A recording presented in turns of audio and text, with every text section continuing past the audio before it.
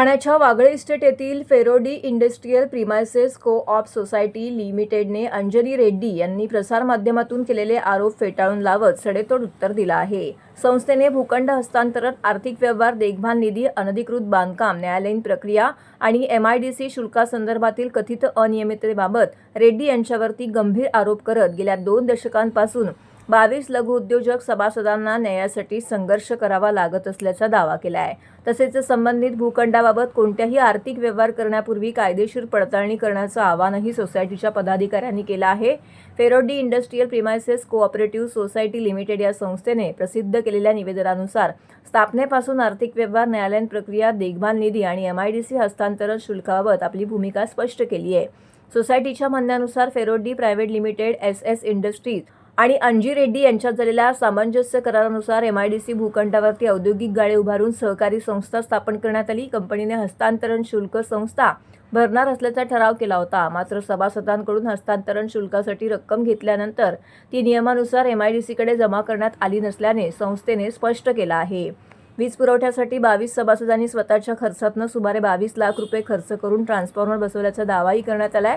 दरम्यान उपमुख्यमंत्री एकनाथ शिंदे, नगरसेवक प्रकाश शिंदे, समाजसेवक संजय घाडीगावकर यांचा संस्थेच्या कारभारीशी कोणताही संबंध नसल्याचं स्पष्ट करत संबंधित भूखंडावरती कोणताही आर्थिक व्यवहार करण्यापूर्वी कायदेशीर पडताळणी करण्याचं आवाहन फेरोडी सोसायटीच्या पदाधिकाऱ्यांनी केलेलं आहे। या निवेदनात सोसायटीचे पदाधिकारी सभासद म्हणून नरेश पांचाळ, भगवान पांचाळ, चंदूभाई पांचाळ, जेकब जी, बाळासाहेब पाटील, पुरुषोत्तम नाईक, BM रेड्डी, दयाभाई पांचाळ, जोईतराम पांचाळ, मोहम्मद शेख, लालजी विश्वकर्मा, जितू पांचाळ, दीक्षित पांचाळ, राकेश पांचाळ, प्रवीण शेठ इत्यादींनी पाठिंबा दर्शवला आहे। आमची लढत 18-20 वर्षापासून चालू आहे। तर या भूखंडावर जर सर्व मान्य असेल तर आमचे गाळे आमच्या नावावर का करून देत नाही? MIDCचा हस्तांतरण शुल्क आम्ही भरायला तयार आहोत। आमच्याकडनं घ्या आणि रेग्युलराईज करा आणि गाळे आमच्या नावावर करा MIDCनी। आमचा प्रश्न महानगरपालिका आत्ता आमच्या या भूखंडावर त्यांनी नोटीस पाठवली। त्याच्या अगोदर तर आमची लढाई, आमचा वादविवाद श्री अंजी रेड्डी बरोबर होता, तर त्यांनी ह्याचं समाधान केलं पाहिजे होतं। फारसा वेळ गेला आणि त्याच्यात त्यांनी जर निर्णय घेतला असता तर आज ही समस्या उपस्थित झाली नसती। अगोदर जो पहिला प्रश्न आहे की अंजी रेड्डीने आमच्या नावावर तरी करावा। आता मालक कोण आहे? अंजी रेड्डी। आम्ही सोसायटी फेरोडी इंडस्ट्रियल प्रिमायसेस कोऑपरेटिव्ह सोसायटीला हा जेवढा भूखंड आहे ते सोसायटीच्या नावावर आहे, सोसायटीच्या नावावर आहे।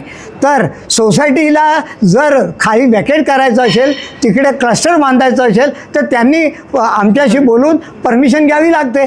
आम्ही सहकारी निबंधक यांच्याशी बोलून आम्ही त्याच्याशी काय निर्णय घ्यायचा ते आम्ही करून घेतला असता, पण अजूनपर्यंत काही आम्हाला फक्त 48 तासात तोडायची डिमॉलिशनची नोटीस आली होती।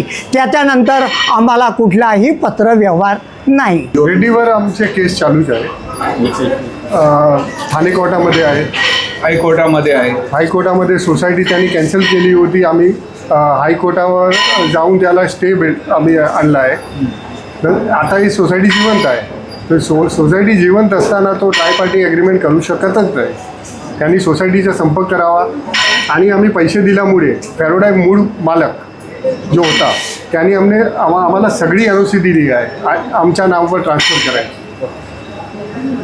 तर हा जमीनचे मालिक सोसायटी आहे। आता भले हस्तांतरण झाला नाही, पण याचे सारी NOC सगळे आमच्या नावाने आहे सोसायटी।